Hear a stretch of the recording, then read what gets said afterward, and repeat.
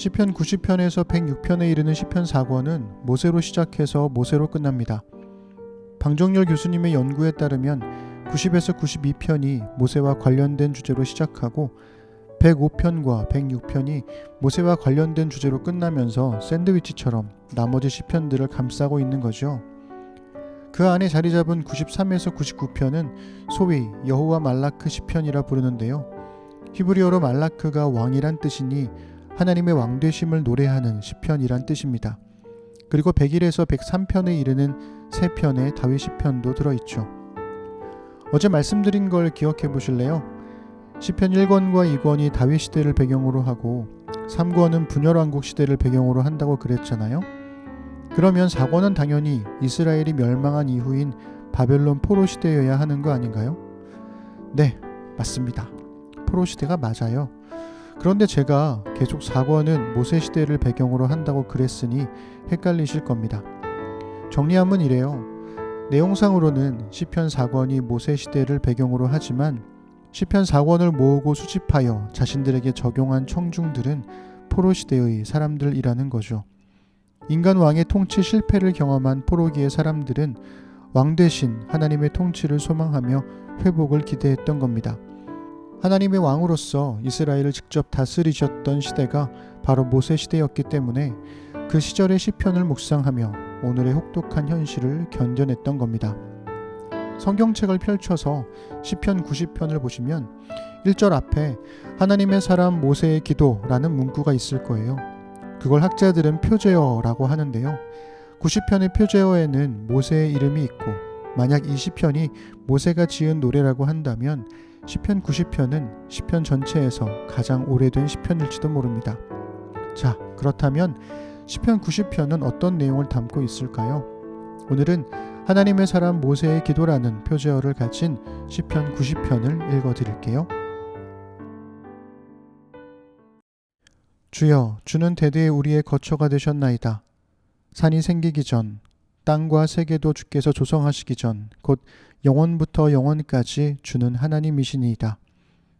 주께서 사람을 티끌로 돌아가게 하시고 말씀하시기를 너희 인생들은 돌아가라 하셨사오니 주의 목전에는 천년이 지나간 어제 같으며 밤의 한순간 같을 뿐임이니이다. 주께서 그들을 홍수처럼 쓸어 가시나이다. 그들은 잠깐 자는 것 같으며 아침에 돋는 풀 같으니이다. 풀은 아침에 꽃이 피어 자라다가 저녁에는 시들어 마르나이다. 우리는 주의 노예에 소멸되며 주의 분내심에 놀라나이다. 주께서 우리의 죄악을 주의 앞에 놓으시며 우리의 은밀한 죄를 주의 얼굴빛 가운데에 두셨사오니 우리의 모든 날이 주의 분노 중에 지나가며 우리의 평생이 순식간에 다하였나이다. 우리의 연수가 70이요 강건하면 80이라도 그 연수의 자랑은 수고와 슬픔뿐이요 신속히 가니 우리가 날아가나이다. 누가 주의 노여움의 능력을 알며 누가 주의 진노의 두려움을 알리이까? 우리에게 우리날 계수함을 가르치사 지혜로운 마음을 얻게 하소서. 여호와여, 돌아오소서.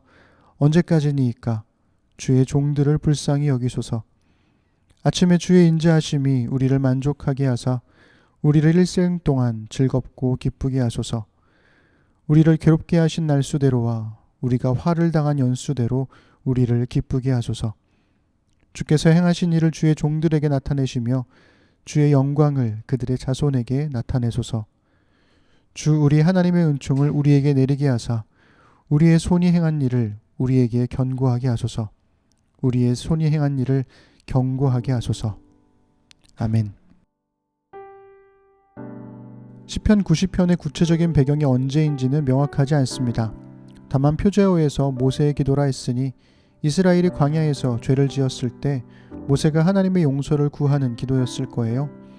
이스라엘이 죄를 짓지 않은 날보다 죄를 지은 날이 압도적으로 많았으니 이 기도는 어쩌면 매번 반복되었을지도 모릅니다. 그렇게 반복된 시편은 시대를 관통하며 바벨론의 포로로 끌려간 사람들의 기도가 되었을 겁니다. 시편 90편만 읽어보면 무슨 죄를 지은 것인지가 불분명합니다. 방정열 교수님은 인간 왕의 실패로 끝나는 시편 3권의 마지막 시편인 89편과 연결해서 읽을 것을 제안합니다.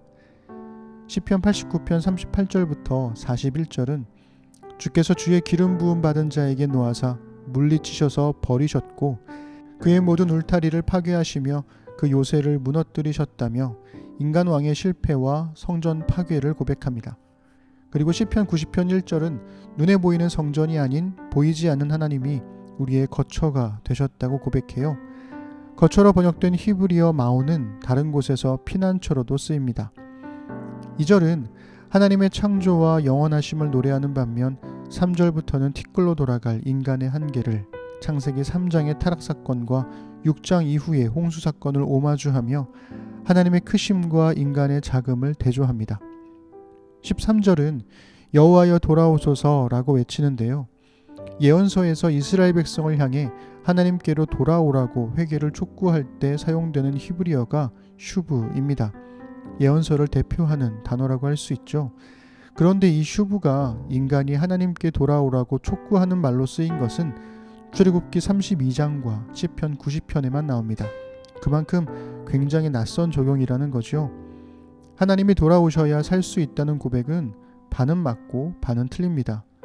이별이란 게 그렇잖아요. 하나만 돌아오면 되는 게 아니라 둘이 함께 돌아와야 마주볼 수 있는 거니까요. 사람이 하나님께 돌아서야 하나님께 돌아오시라고 기도할 수 있습니다.